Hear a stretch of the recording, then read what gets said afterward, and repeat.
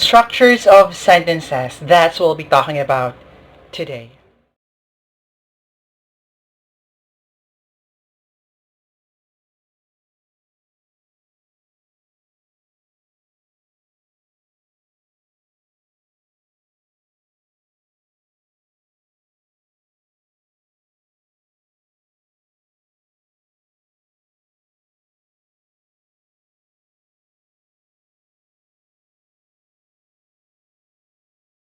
Everyone, thank you for checking this video, and if you're new to this channel, just hit the subscribe button, and if you want to be notified with educational, motivational, and fun videos, just hit the ring button. And for today's video, we'll be discussing about the structures of sentences. So just a little bit recap with what we did from the last video discussion that we had. We talked about kinds of sentences according to their purpose. Now for this time, we will talk about sentences that are classified according to their structures. Let's talk about structures of sentences. And there are four kinds of structures of sentences. We have simple sentence, compound sentence, complex sentence, and compound complex sentence.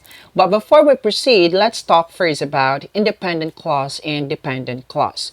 When we talk about independent clause, it has a subject and a predicate. An independent clause expresses a complete thought. In other words, independent clause can stand alone as a sentence.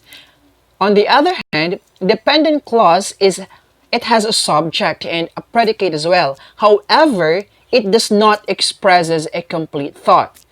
Therefore, dependent clause cannot stand alone as a sentence. Why? Because dependent clause needs another sentence to make it more complete.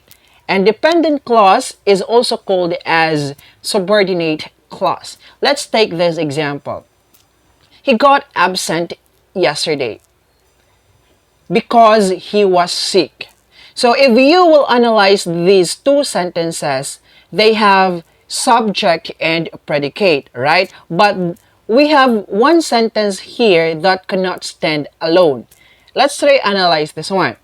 So on the first sentence, we have subject, which is he, and we have a predicate as well.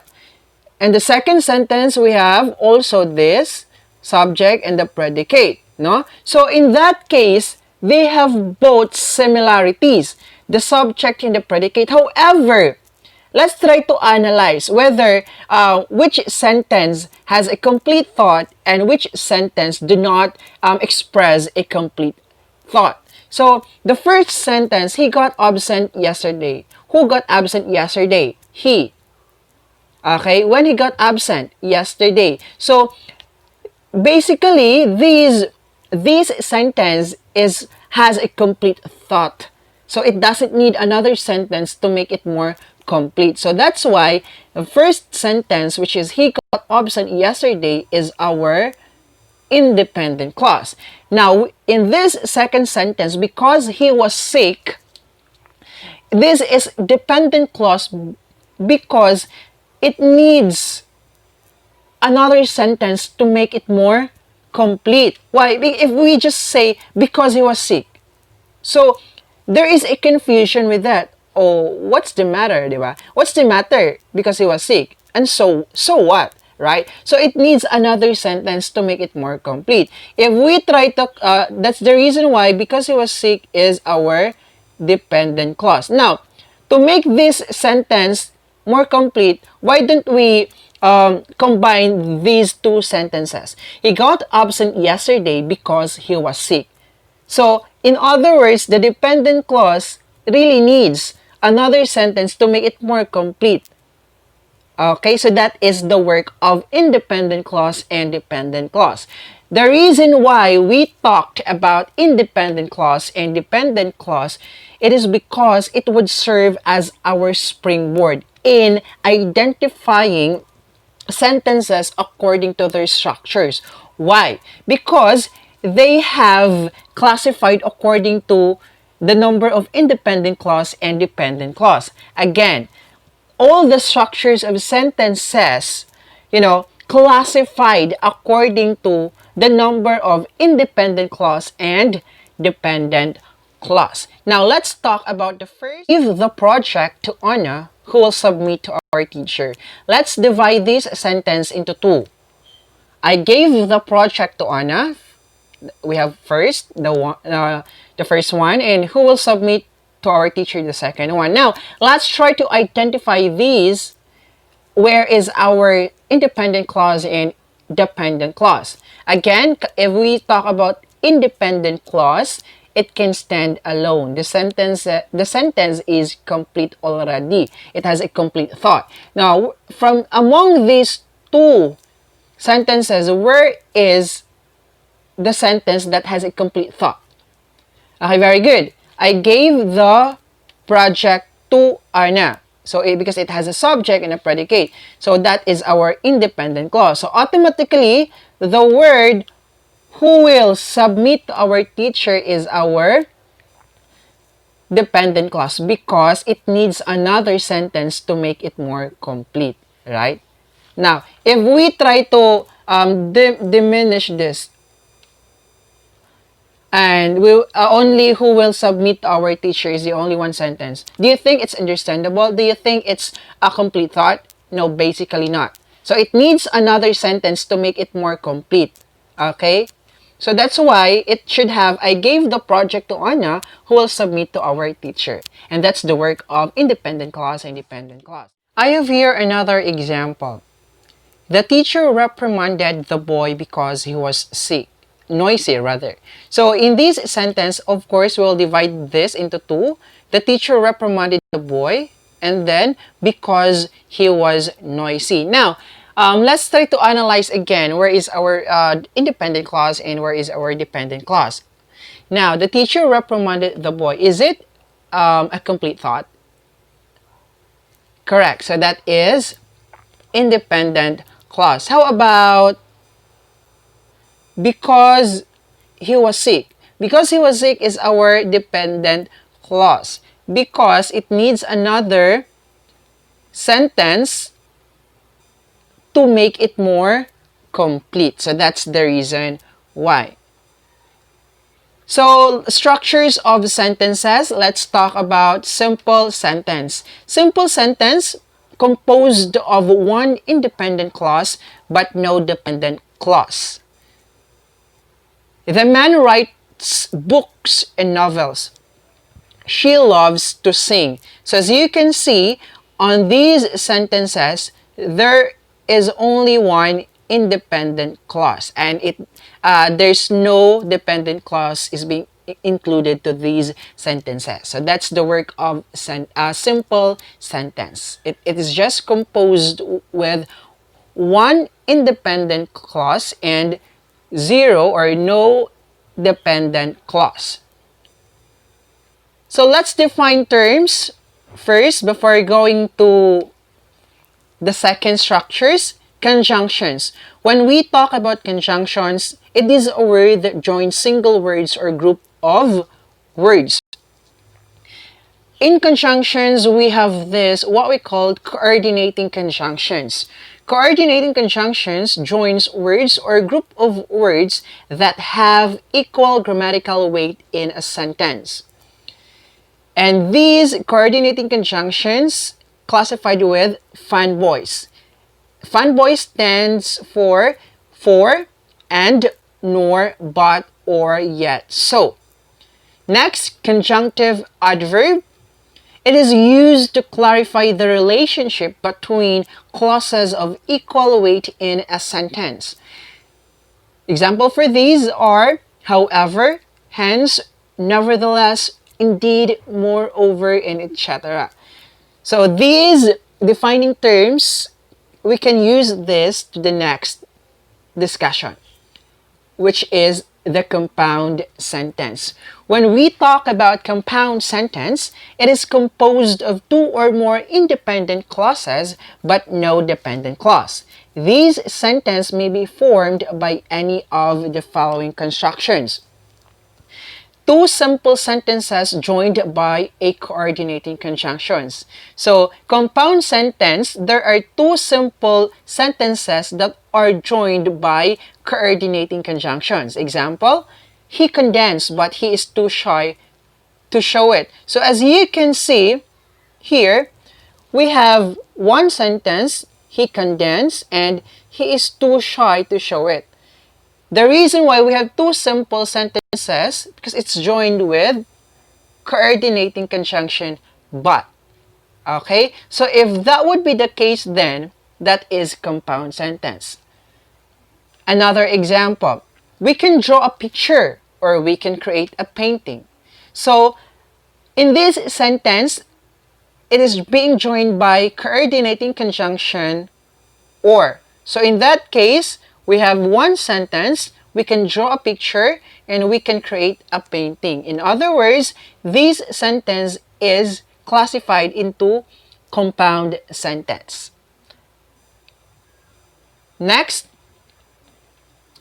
two or more simple sentences joined by a semicolon. So when we talk about compound sentence, it does not just join by a coordinating conjunctions, but it also joined by a semicolon. Okay? So like for example, she acts, she dances, she sings. So as you can see in these sentence rather, there are three sentences which have she acts, she dances, and she sings. So in these sentences were being joined by a semicolon. So that is a compound sentence. Next, we walked, we jogged, we ran. So same thing. It is also being joined by a semicolon. So that's why it's a compound sentence. Sir, why is it that the sentence has the sentence has three sentences? The compound sentence is two or more. Yes, exactly. So compound sentence, it will be called as a compound sentence if the sentence has two or more simple sentences. But what if only one sentence? So definitely that is simple sentence. Okay? Last one, we have two or more simple sentences joined by a conjunctive adverb. Again, when we talk about compound sentence, it joined by a conjunctive adverb. Of course, still there are two or more simple sentences. It's just that it is being joined by a conjunctive adverb. She had coughed, however, she managed to sing on stage. So where is our conjunctive adverb here? The word however. So meaning to say, we have two sentences here. She had coughed and she managed to sing on the stage. So that's why it's a compound sentence. Next, life is short, hence we have to make the most of it. So same thing, we have conjunctive adverb, which is the word hence, and we have two simple sentences. Life is short, we have to make the most of it. So that is a compound sentence. Again, if we talk about compound sentence, there are three things that we need to consider. If the sentence being joined by a coordinating conjunctions, if the sentence is being joined by a semicolon, and if the sentence is being joined by a conjunctive adverb. If you see those three things in a sentence, then that is a compound sentence. Next, let's define terms in order for us to pursue the next structure. Let's talk about subordinating conjunctions. When we talk about subordinating conjunctions, these are joins two clauses or thoughts in such way as to make one grammatical dependent on the other. The thought or clauses that subordinating conjunction introduces is said to subordinate or dependent because it cannot stand alone by itself as a complete sentence. Again, di ba, we talk about subordinate or dependent clause. It cannot stand alone. So we will use that dependent clause to the next structure. And these subordinating conjunctions are although, because, while, since, if, after, unless, in, etc.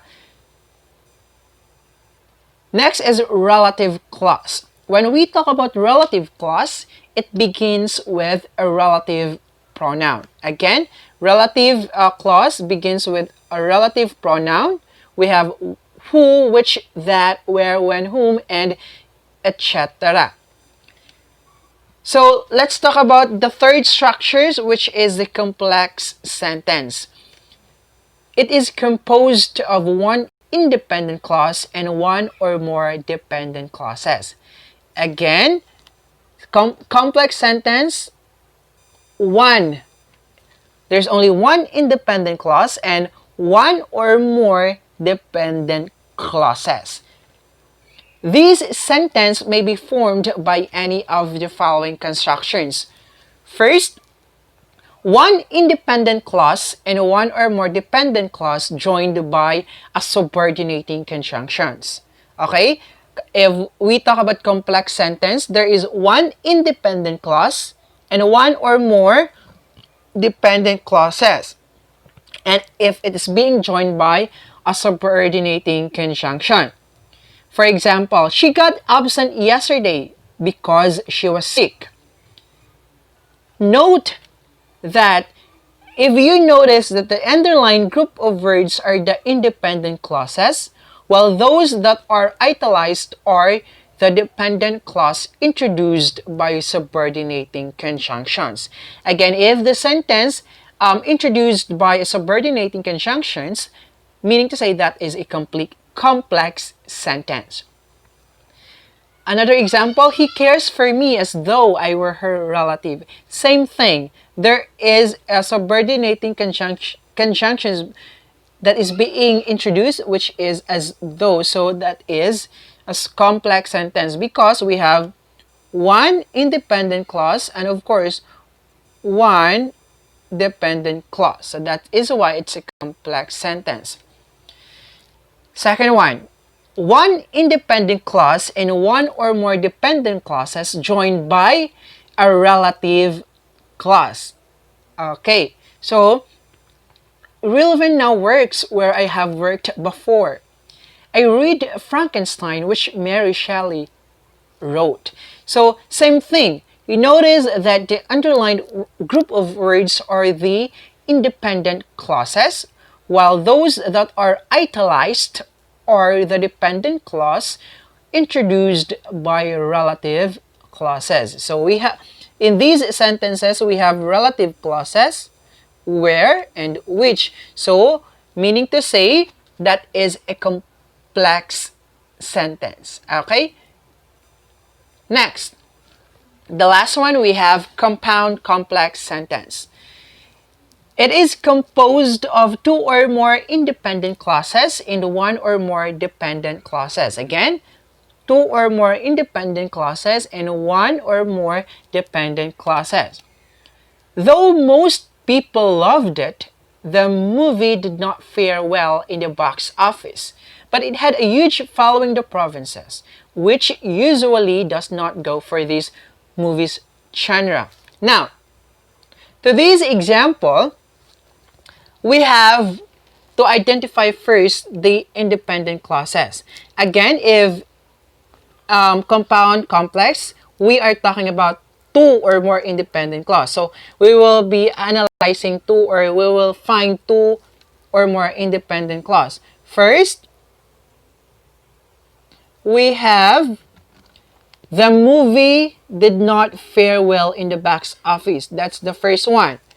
The second one is it had a huge following in the box because of the reason why this is composed of two simple sentences because of the word but. Okay? So, we have two independent clauses na. Now, let's talk about one or more dependent clause. We have though most people loved it and which usually does not for these movies genre. So that is dependent clause. We have two independent clauses and two dependent clauses. That's why it's a compound complex sentence. Let's summarize everything. First, simple sentence. It has one independent clause and no dependent clause. Next, compound sentence. It has two or more independent clause but no dependent clause. It has coordinating conjunctions, which are found boys: for, and, nor, but, or, yet, so. It has a semicolon. It has conjunctive adverb, which are however, since, moreover, in, etc. Again, kapag compound sentence, there are coordinating conjunctions, semicolon, and conjunctive adverb. Next, we have complex sentence. We have one independent clause and one or more dependent clause. It has subordinating conjunctions: because, if, since, after, and etc. It has also relative clause: when, where, which, and etc. The last one, compound complex sentence. It has two or more independent clause and one or more dependent clause. Now, let's try this. She would like to purchase all the books. What do you think is the structure of the sentence? Is this sentence? That is simple sentence. Correct. How about the second one? He stopped playing while his brother continued when her parents arrived. We have one independent clause, which is he stopped playing, and we have two dependent clauses: while his brother continued and when her parents arrived. So what structure is that? Complex sentence. Very good. The third one, Chester is kind, but he is not systematic. How many dependent clause we have? Yes, correct. We don't have one. How about independent clause? We have two, one. Chester is kind and he is not systematic. And it is being joined by coordinating conjunction but. So in other words, that is compound sentence. Very good. The fourth one, I read Frankenstein, which Mary Shelley wrote, and I reported on it. What do you think is the structure of this? We have independent clause. Sorry. We have independent clause. I read Frankenstein. Then, which Mary Shelley wrote, that is dependent clause. I reported on it, that is independent clause. So meaning to say we have two independent clause and one dependent clause. So meaning to say that is compound complex sentence. And the last one we have, Rilvan is a teacher, so he is considerate. So in this sentence, we have two simple sentences, which is Rilvan is a teacher and he is considerate. Now, it is being joined by so. Again, if the sentences or the sentence is being joined by coordinating conjunctions, that is compound sentence. Very good. So those